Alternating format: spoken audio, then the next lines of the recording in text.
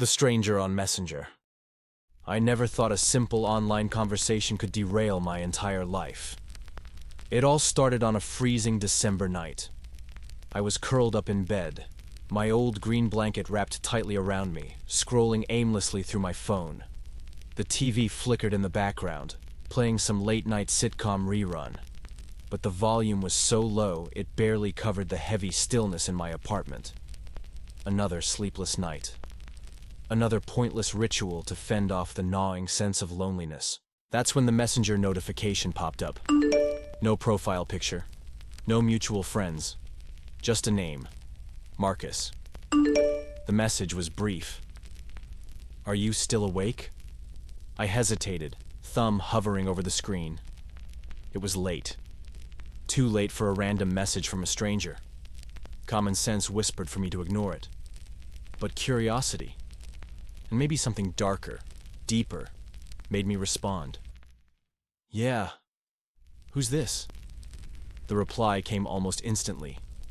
"Just someone who stumbled across your profile. You seemed cool." I let out a soft laugh, almost surprised at myself. It was probably some lonely guy, bored and looking for a late-night chat. I wasn't exactly in a position to judge. At that point in my life, I was 24 years old, living alone in a one-bedroom apartment on the 7th floor of an aging complex that had seen better days.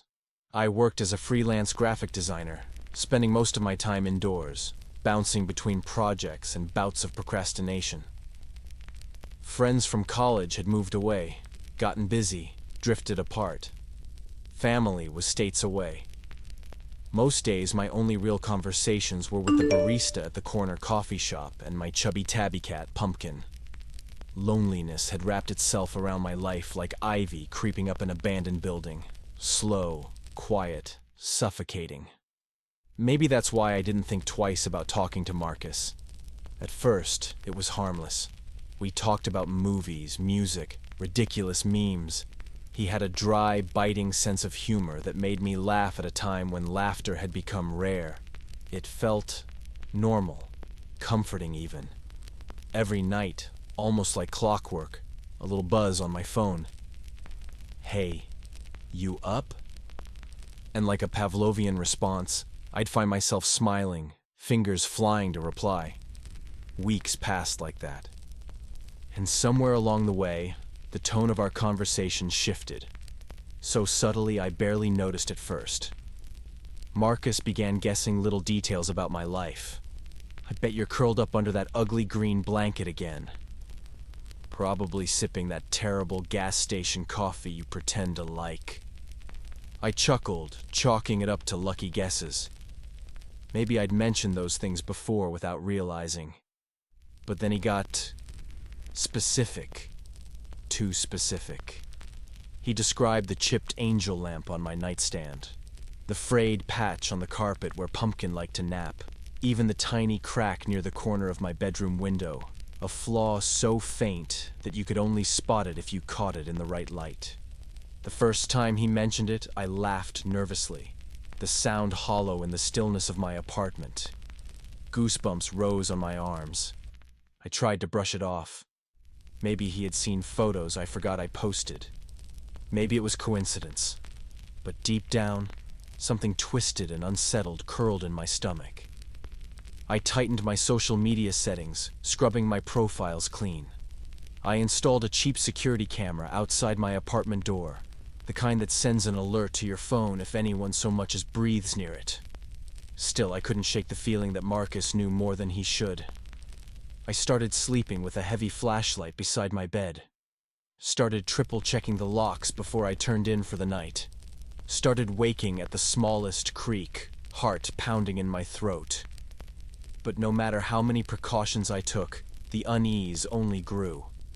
And then, one night, everything changed. It was a Thursday night, late, even by my standards. I'd been up longer than usual, lost in mindless scrolling, trying to drown out the gnawing feeling that had been growing in my chest for days. Pumpkin was curled up at the foot of the bed, snoring softly, blissfully unaware.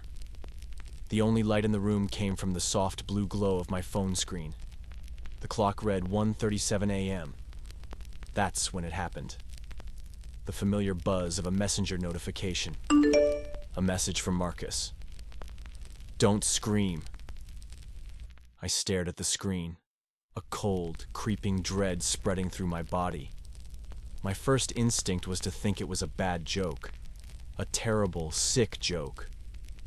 But before I could even process it, I heard it. A soft, deliberate tapping, coming from my bedroom window. I froze, my heart stuttered, then took off at a sprint inside my chest. My mouth went dry, my skin prickled with a wave of icy goosebumps. No, no, no. I lived on the 7th floor. There was no balcony, no ledge, just a sheer drop into the narrow alley below. The tapping came again, slower, harder, like nails dragging across the glass. My mind screamed at me to move, to run, to do something. But my body refused to listen. I fumbled for my phone, hands trembling so badly I almost dropped it. I texted back, "Where are you?" The reply came almost instantly. "Behind you." Every hair on my body stood on end. I didn't dare turn around. Instead, I bolted. I launched myself off the bed, heart hammering, legs barely working beneath me. I yanked open the door and sprinted down the hallway, barefoot, feeling every pebble and crack in the cheap apartment flooring. The stairwell door slammed against the wall as I shoved through it. I didn't care about the noise. I didn't care if I woke up the entire building. All I cared about was getting away. I flew down the stairs, skipping steps, my breath coming in ragged, panicked gasps.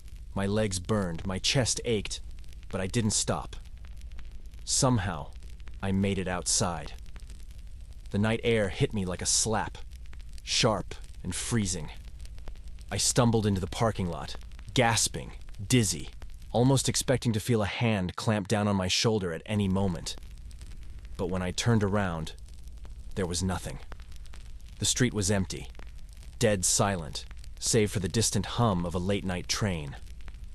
My fingers fumbled across the screen as I called 911. The dispatcher's voice was calm, practiced. I tried to explain, the words tumbling out in a broken mess, but she understood enough. Help was on the way. It felt like hours before the patrol car pulled up, though it was probably just minutes. The officers were professional, but I could tell they were skeptical. Who wouldn't be?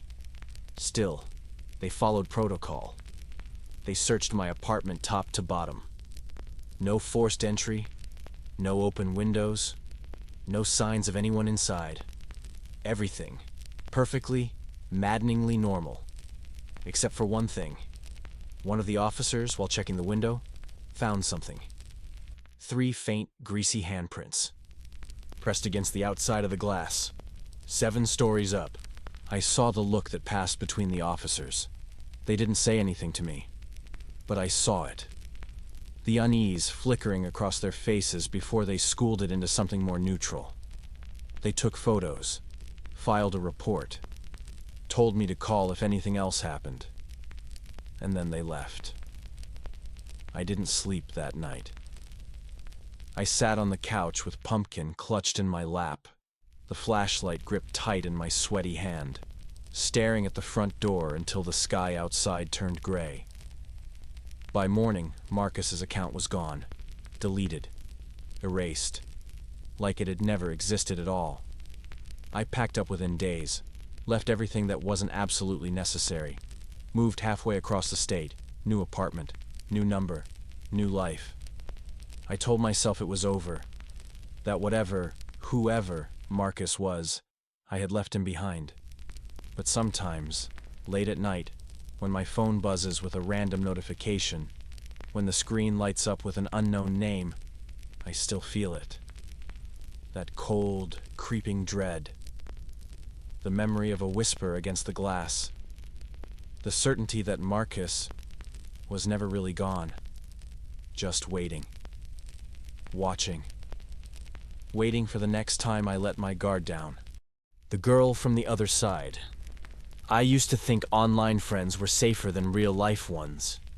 At least behind a screen, you could keep some distance, protect yourself if things got weird. Or so I thought. It started during my final semester of college. I was swamped with classes, projects, and an internship that sucked the life out of me. Most nights, I'd crash in bed, too wired to sleep, scrolling endlessly through chat apps and forums just to feel like the world wasn't so far away. One night, while lurking in a random discussion thread about urban legends, I got a private message. No profile picture, no detailed bio, just a username, Eliza. The message was simple. Do you believe in ghosts? I stared at it for a second, debating whether to answer. Something about it felt off, maybe too on the nose for the topic we were discussing, but curiosity won out. Not really, I typed back. Why? She responded immediately. I think I'm being haunted. I need someone to talk to. It was strange, sure, but not stranger than half the stuff I'd seen online. I figured she was just some lonely kid looking for attention. And back then, part of me liked feeling needed, even if it was by a total stranger. I replied, and just like that, a conversation began. At first, it was harmless. She told me about cold spots in her room, about things moving when she wasn't looking.